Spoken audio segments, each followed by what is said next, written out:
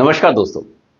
As sales professionals आप realise करेंगे जैसे जैसे आप अपने करियर में आगे बढ़ते हैं, जिस तरह के कॉन्वर्सेशंस आप अपने कस्टमर्स के साथ में करते हैं, जिस तरह के फ्रेजेस का इस्तेमाल करते हैं, सेंटेंसेस का इस्तेमाल करते हैं, वो मोर और लेस सिमिलर होते जाते हैं। और सबकॉन्शियसली एक तरह की हम एक डिक्शनरी बना लेते हैं अपने दिमाग में और इसको स्टोर कर लेते हैं। और जैसे ही वो सिचुएशन आती है कस्टमर के पास, उन सेंटेंसेस उन फ्रेजेस का इस्तेमाल करना हम शुरू कर देते हैं।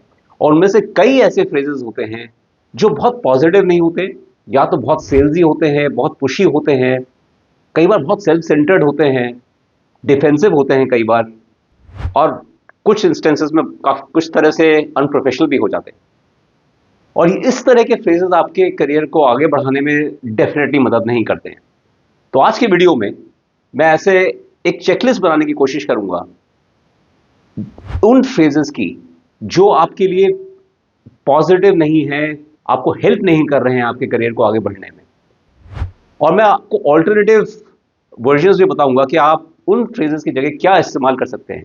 तो इस वीडियो को आप एक तरह से एक चेकलिस्ट की तरह सेव कर सकते हैं। पीरियडिकली आप उसको देख सकते हैं कि मैं I am still stuck to the old pattern, या मैं कुछ नया करने की कोशिश कर रहा हूं which can help the career, right? So let's start.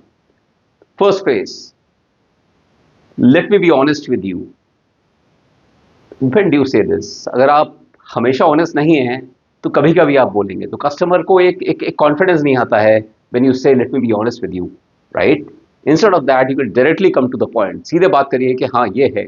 ये honest with you becomes very superficial at times, for customers. Avoid that. Second, maybe I'll try and come back to you, right? This maybe I'll try is very tentative, बहुत हल्का लगता है। और as a sales professional जो आपकी organisation को represent कर रहा है, you have to be sure, you have to be not arrogant, but you have to know what you are looking to do for the customer. अगर अभी आप even before the sales has happened, अगर आप tentative या nervous या unsure approach दिखाएंगे तो customers को एक थोड़ा सा डाउट आता है दिमाग में कि नहीं, शायद ये बाद में उतना श्योर नहीं रहे। Instead of saying maybe I will try, you can always say here is what I'll do, even though it is say about a discount, it is about maybe giving something additional, etc. You can always say कि हाँ मैं कोशिश करता हूँ, और कोशिश करता हूँ, ये चार चीजें मैं करता हूँ जिसमें मैं जाऊंगा इंटरनली, मैं अपने टीम से डिस्कस करूंगा, 3-4 ऑप्शंस के बारे में बात करूंगा, and I will come back to you. It looks like a clear plan and not I'll try doing something, right? Third, this is a no-brainer. Needless to add, इस तरह के sentences का इस्तेमाल हम लोग अक्सर कर जाते हैं. If it is a no-brainer, then you are insulting the customer's brain, right? आप customer के judgment को, उसके intelligence को challenge कर रहे हैं. Don't use these terms. Don't mention if it is a no-brainer. If it is a no-brainer, don't talk about it. Next, fourth, you should, you need to do this. इस तरह से आप करिए. बहुत बहुत डायरेक्टिव, बहुत इंस्ट्रक्टिव लगता है ये फ्रेज कस्टमर को.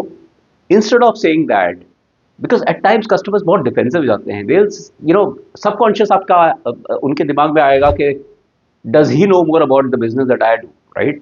इसको क्या मालूम, ये तो अभी 4 दिन पहले से मेरे साथ में डिस्कस करने आया है, मुझे पता है मैं क्या करना चाह रहा हूँ. Instead of saying that you should do this, you can always say कि इस तरह से हमारे और कस्टमर्स इस्तेमाल कर रहे हैं हमारे प्रोडक्ट या सर्विस का, आप भी इसको कर सकते हैं, right? That becomes more softer way of nudging the customer of doing this. Fifth, let's have a quick discussion. This quick discussion वाला शब्द आजकल बहुत इस्तेमाल होने लगा है, इसको अवॉइड करिए. ये डिस्कशन की जो ग्रेविटी है उसको थोड़ा हल्का करता है. ये इंपॉर्टेंस उतनी नहीं देता है जिस चीज़ पे आप बात करना चाह रहे हैं.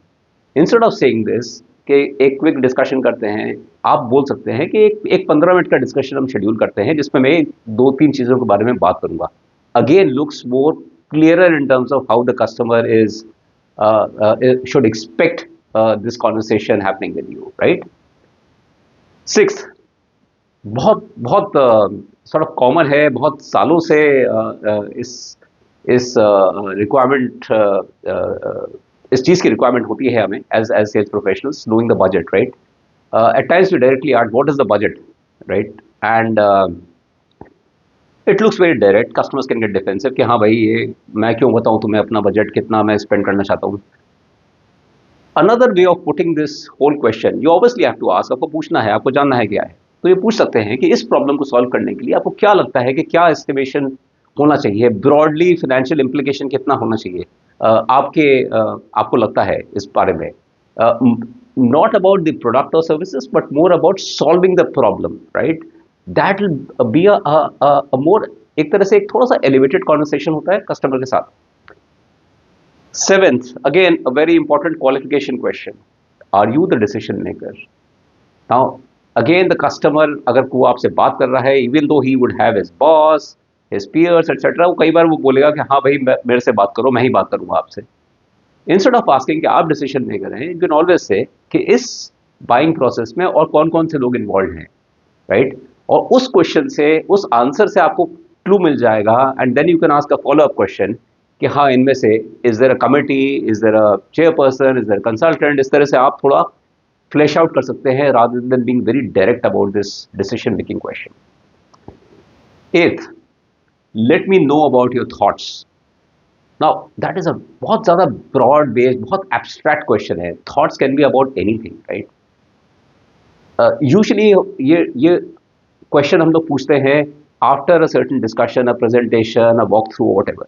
तो instead of saying that you can always say कि इस डिस्कशन में हमने 3 चीज़ों के बारे में बात किया है.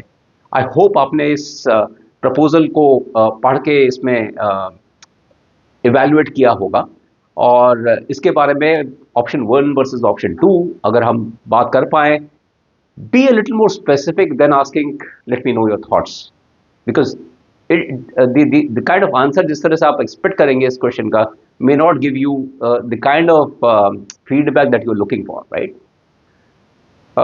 Ninth, call me if you require anything, call me if you need anything. Now that is a very, एक तरह से बहुत ज़्यादा एक assurance दे रहे हैं आप कस्टमर को कि मैं हूँ यहाँ पे आपके लिए. बहुत अच्छे.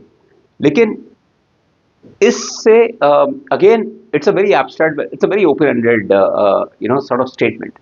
Instead of saying that, you can always say let's reconnect. जब आपने मेरे डॉक्यूमेंट पढ़ लिया होगा उसके बाद में हम बात करते हैं कि इस पे हम कौन कौन से पॉइंट्स पे डिस्कस करना चाहेंगे या आपको और क्लैरिफिकेशन चाहिए, उस पे हम बात करते हैं.